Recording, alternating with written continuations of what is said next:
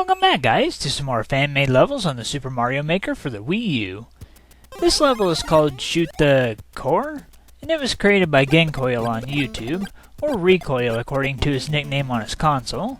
This level is heavily inspired by the Gradius series, which I think is awesome considering I love those games. The level will slowly scroll to the right while different enemies fire projectiles at you. You'll have to deal with fireballs from piranha plants, spikes from paraspinies, and more. You'll have to do some careful maneuvering to make it through all of the traps and hordes of enemies throughout the stage. If you go too far to the top, then you'll be bounced back down by some invisible blocks, so be careful of that. I really like the use of flying Cheep-Cheeps in order to mimic the small groups of weaker enemies in Gradius that always leave a power-up behind if you destroy them all. If you get hit and lose your firepower, then don't worry because occasionally a fire flower will fly through the battlefield. You can kill certain enemies by landing on them with the Koopa Clown Car.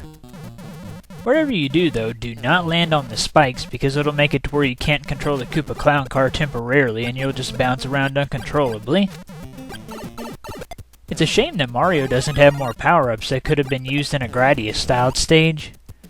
That's alright though, the Fire Flower will do just fine. We're not too much further from the end of the stage. It'll probably still take another minute to get there, though. You'll know whenever you're close to the end of the stage whenever you come up to these unbreakable blocks with spikes past them. You'll have Bowser breathing fireballs at you as you try to make your way through here, so just do your best to avoid them. Stay to the right to avoid the Thwomps. As to be expected, the boss battle is also similar to the ones from Gradius. You'll have two rocky wrenches and a piranha plant firing projectiles at you, and there's also a Thwomp and a Chain Chomp that'll help protect Bowser from your fireballs as well. If you get hit, then just go to the left and grab another fire flower. The pipe over there will keep releasing them for you, so there's not much to worry about. Obviously, the main objective in this boss battle is to hit Bowser with fireballs until he's defeated. Overall, I think that this was a really well-designed boss battle. Once you destroy Bowser, hit the Bomb-omb that was behind him with a fireball to remove the bricks that are in your way. If you lose your firepower, then don't worry about it. Like I said before, just go to the left and grab another fire flower. There we go. Go ahead and try to hit that Bomb-omb now. Alright, there we go. Carefully eject from the clown car and run across the conveyor to end the stage. Alright, time for the next level. The next stage is called Cheesecake Valley, and it's the last stage in this part that I'm going to play through that was created by Gencoil, aka Recoil. This stage will have you bouncing back and forth between a grassland area and an underwater area. I believe this stage was supposed to be reminiscent of the Cookie Mountain and Butter Bridge area from Super Mario World, or at least it seems that way to me. Coming right up is one of my favorite parts of the stage. I don't know why, but I really like bouncing from one Koopa Paratroopa to another as I cross the pit. Alright, time for the first underwater portion of the stage. There's a super mushroom inside of the music note block that you'll see whenever you first enter the area. You can try to get it if you want it, but there's another super mushroom coming right up that's a little easier to get. Throughout this underwater area, you'll have to put up with Potaboos, Bullet Bills, Bullseye Bills, as well as more traditional underwater enemies like Blurps and Bloopers.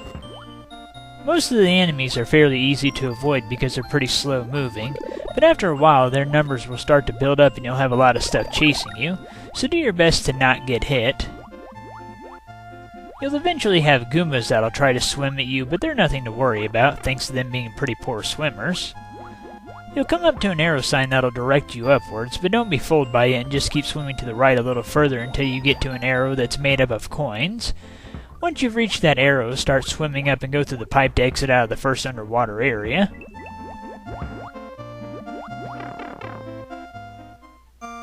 Throughout this grassland section, you'll have to climb up and over a giant wall using the spinning blocks, and once you get to the top of the wall, you'll have to fall back down to the other side using donut lifts.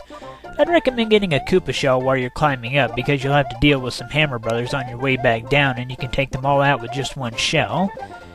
Once you get to the top, I'd recommend kicking a Koopa shell and then quickly make 2 donut lifts fall. You want to make 2 of them fall because if you only make 1 of them fall, then the shell won't go through the hole. Once the donut lifts begin to fall, jump back off of them so that you can stay one area above the next set of Hammer Brothers. Once the Hammer Brothers below you have been taken out, drop down and continue the strategy until you've reached the very bottom again. Be careful as you go through this area because you'll have to climb up to the top of this mountain-like formation, and there's a tricky spot with some Monty moles that might hit you if you're not careful. If you get hit, then you can get another super mushroom from the question block near the beginning of this section. Once you've climbed back up, head to the right and then go down one of the pipes to end up at the next underwater section. This portion of the stage has a few different paths that you can take. Taking the lower path here at the start will lead you to a pipe that'll take you to 4 question blocks, 2 of which will have 1-ups in them. Get them if you want them and then head through the other pipe to go back to the underwater area. If you're quick enough at this part, you can kick a Koopa shell and then swim through some of the spinning blocks to access the lower route. It's not a big deal if you have to take the upper route though. Just like in Super Mario World, you can swim a little faster and easier if you make Mario carry something, so I'd recommend knocking a Koopa out of its shell and then carry it if you want an easier time swimming. We're on the final stretch of the stage now. There's a Starman in this question block. Get it and then swim through all of the enemies in this area until you've reached the pipe at the end that'll take you to the goalpost.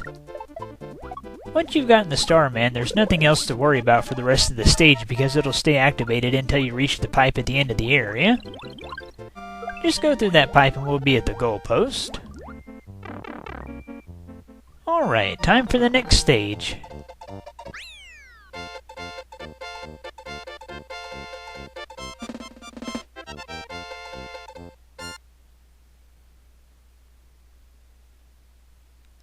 The next stage is called the First Fleet, and it was created by Faceless Tuna on YouTube, or Danny the Third according to his nickname on his console.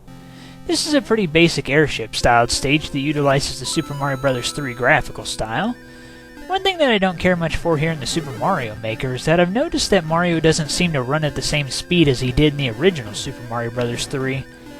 That's really just a nitpick though. My favorite part of this stage is the areas with the skull lifts. I really enjoy riding on them while avoiding the grinders. We're on the final stretch of the stage now. Just gotta ride this last skull lift. Alright, head to the right from here to be at the end of the stage. Alright, time for the next level. The next stage is called Another Mario World, and it was also created by Faceless Tuna, aka Danny the Third. This is a fairly basic but fun Super Mario World themed level. It's not too hard or too easy. You'll start off in a grassland type area and then you'll eventually end up at an underground section. If you want an easier time crossing this pit, then you can just hop from one Koopa Paratroopa to another. There will be a Hammer Brother at the end of this section, so be sure to take it out ASAP. Also be sure to take a P-switch with you before heading through the door. Don't worry if you lost your firepower, because you'll have opportunities to get other power-ups later in the stage. Throughout this area, it's best to stomp and kick a Koopa shell and then run with it while it mows down all the enemies for you. If you take the far right pipe at the end of this area, you'll be able to get Yoshi, as well as several other power-ups. Once you've gotten Yoshi and your power-ups, head to the right. This underground segment isn't very long, so it'll be over before you know it. If you want to keep Yoshi with you, then you'll have to build up some speed and do some flying throughout this area. Just glide across this section and be careful not to bounce too high off of the dry bones, otherwise you'll hit one of the spike tops. Throughout this area, you'll have quite a few buzzy beetles and some thwomps. Just avoid them the best that you can and make your way to the right. If you're Cape Mario, then you can just fly straight to the pipe that leads to the exit of the stage, which is really convenient. Alright, build up some speed real quick, and there we go.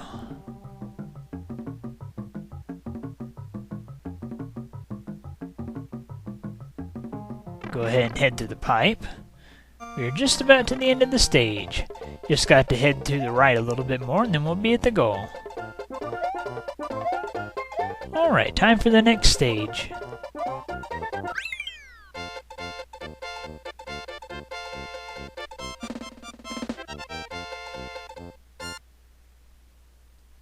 The next stage is called Another Mario World, the sequel. And it's the last stage in this part that I'm going to play through that was created by Faceless Tuna, aka Danny the Third. This stage starts us off in an underground area and then eventually takes us to an underwater segment. I'd recommend going into the door that you see near the top of the screen right here. There's a spring in this hallway here that I'd recommend getting because it can be kind of helpful in the underwater area because, for whatever reason, Mario can swim faster while carrying an item. You'd think that he would be able to swim faster with his arms free, but whatever. He can also throw fireballs underwater, so I guess I won't question it too much because in Video Land anything can happen. Go ahead and get this fire flower and then we'll head through the door. Here we go. This is a pretty short area with just a few pair of dry bones. Just make your way across the pit and go through the door. Head through the pipe to the right of here and we'll be in the underwater area. The beginning of this area will have a lot of blurps. Besides the ones that you see whenever you first enter the area, you'll also have them constantly spawning out of the pipes as well, so do your best to avoid them. You'll also have a couple of fish bones patrolling the area as well as a blooper nanny. Be careful of the fish bones because they'll chase you around if they see you. This section is pretty short, so just avoid them the best that you can and head through the pipe at the end. You'll be back in the underground area once you've went through the pipe. Just head to the right and jump over the pit to beat the goalpost. Time for the next stage.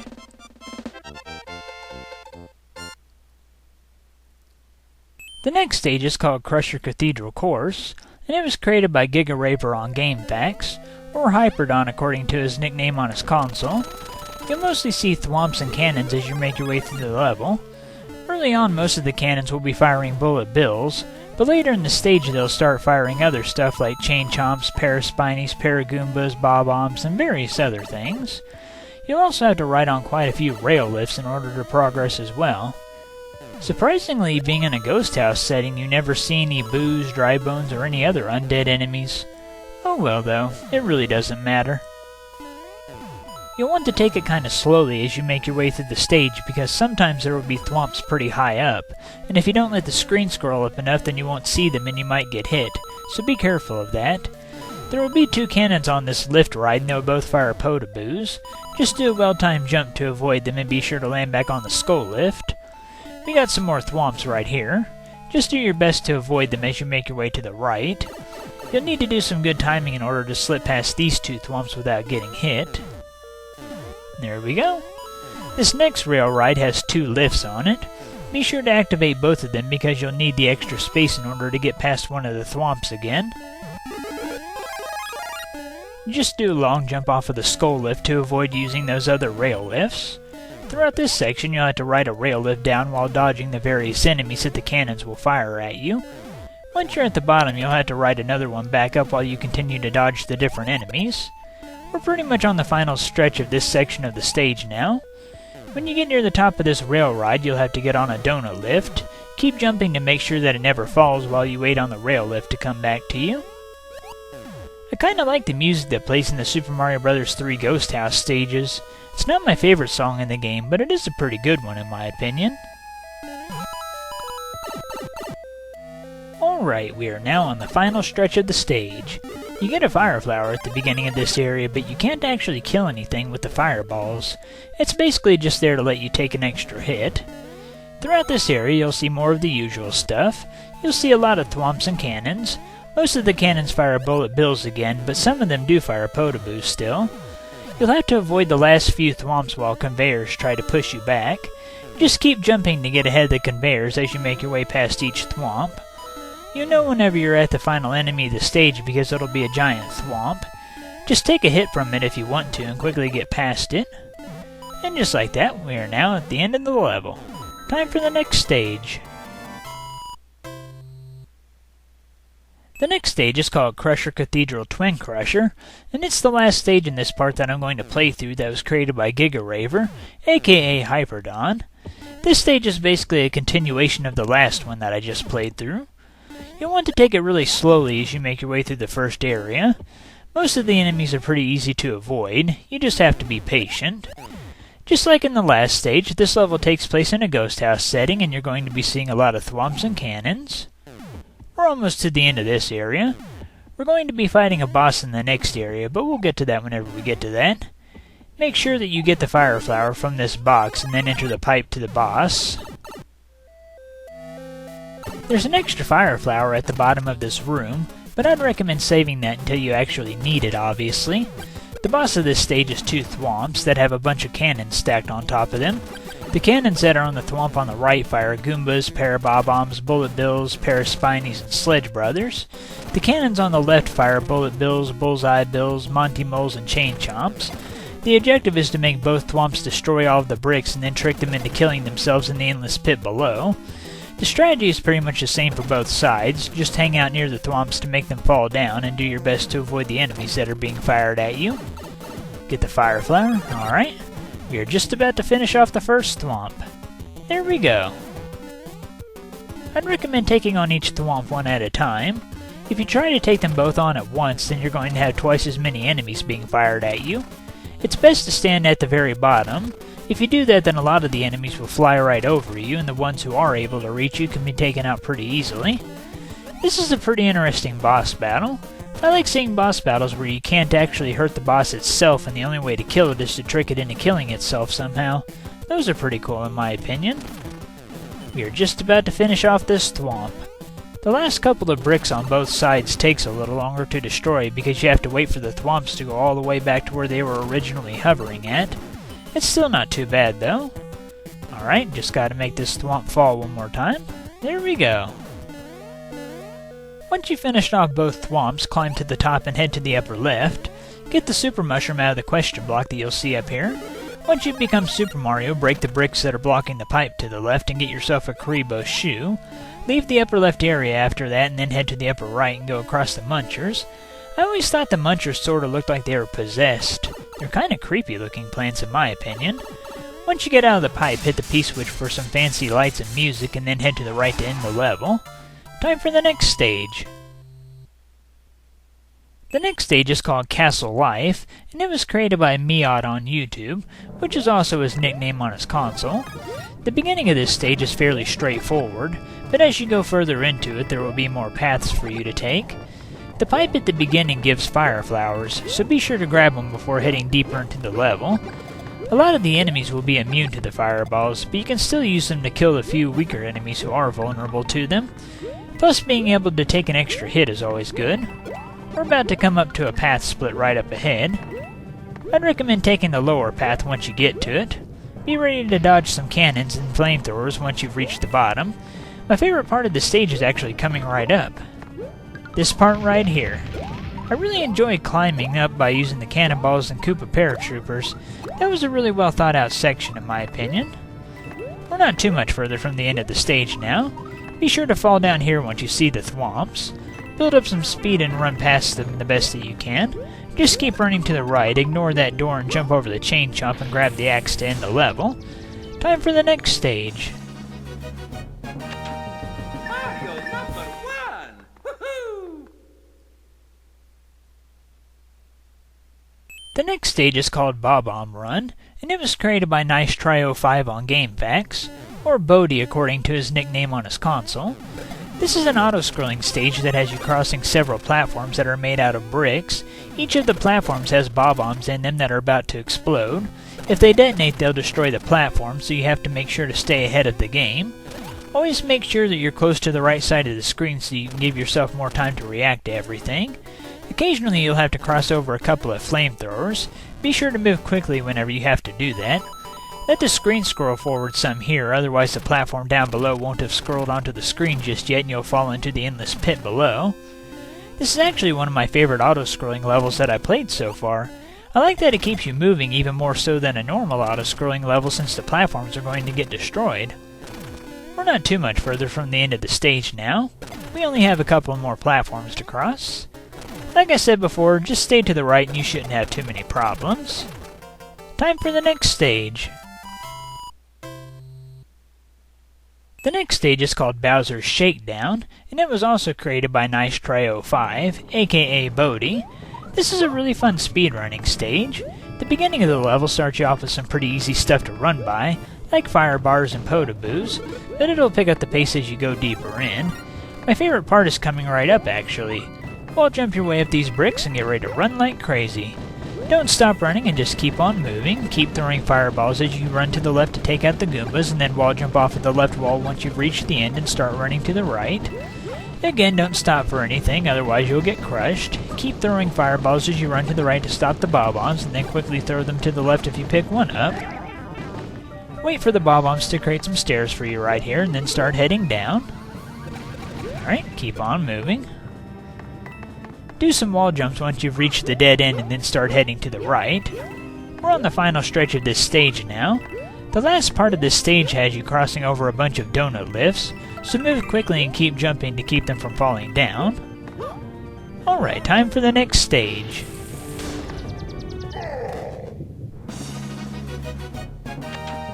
Mario #1! Woohoo! The next stage is called Thwomp Bait, and it's the last stage in this part that I'm going to play through that was created by NiceTry05, aka Bodhi. This is yet another fun speedrunning stage. This level will have you tricking Thwomps into hitting P-switches for you, hence the name Thwomp Bait. Once you trick a Thwomp into hitting a P-switch, that's your cue to run like crazy. Don't wall jump off the wall in this area. Instead, I would recommend just turning around and running the other way so that you can get out of this section before the P-switch effects wear off. We're not too much further from the end of this stage. We're on the final stretch of it now. So yeah, this is a pretty short stage, but it's a really fun one to play through if you want to do some speedrunning. Time for the next stage. Oh yeah, Mario time! The next stage is called Ninja Warrior Bros, and it was created by Zero Raven on GameFAQs, or Squid Poop according to his nickname on his console. This level is based off of the Ninja Warrior TV show, obviously, and it'll have you doing your best to get around all of the stage hazards throughout the level. There are music note blocks hidden inside of the firebar blocks, so be ready for that throughout this area. Be quick as you run over these platforms, otherwise you might fall through them. Combine wall jumps with mid-air spin jumps to get around the spike traps that you see right here. We're on the final stretch of the stage now. I'd recommend using the mid-air spin to help you get past these grinders as well. Just cross over these ice blocks and you'll be at the flagpole. Alright, time for the next stage. Mario time! The next stage is called Propeller Master, and it was created by 12121 on GameFAQs, or Matthew according to his nickname on his console. Obviously, with a name like Propeller Master, this stage is going to have you constantly using Propeller Mario. Thankfully, there is some room for error if you get hit, because the stage is kind enough to supply them somewhat frequently. Be sure to use each of the springs and any other objects that you can land on so that you can get more height for all of your jumps throughout this stage. Like I said before, don't worry too much if you get hit, because the stage does give you more than one propeller mushroom. You will need the propeller mushroom in order to finish the stage though, so don't get too careless. Later in the stage we'll have the opportunity to wear a Buzzy Beetle helmet, but we'll get to that whenever we get to that. I really like the sections of this stage that have you drilling your way through big columns of bricks. That's always fun to do in my opinion. You have to lose your propeller suit here, but that's alright because you can get another one right ahead. Here's the spot that I mentioned before where you can wear a Buzzy Beetle helmet. I'd recommend putting one on and then pick up another shell and take it with you just in case you lose the one that you have on now. You can immediately put another one on. We're near the end of the stage now. Just fly up and over these spikes and grab the flagpole. That is it for part 3.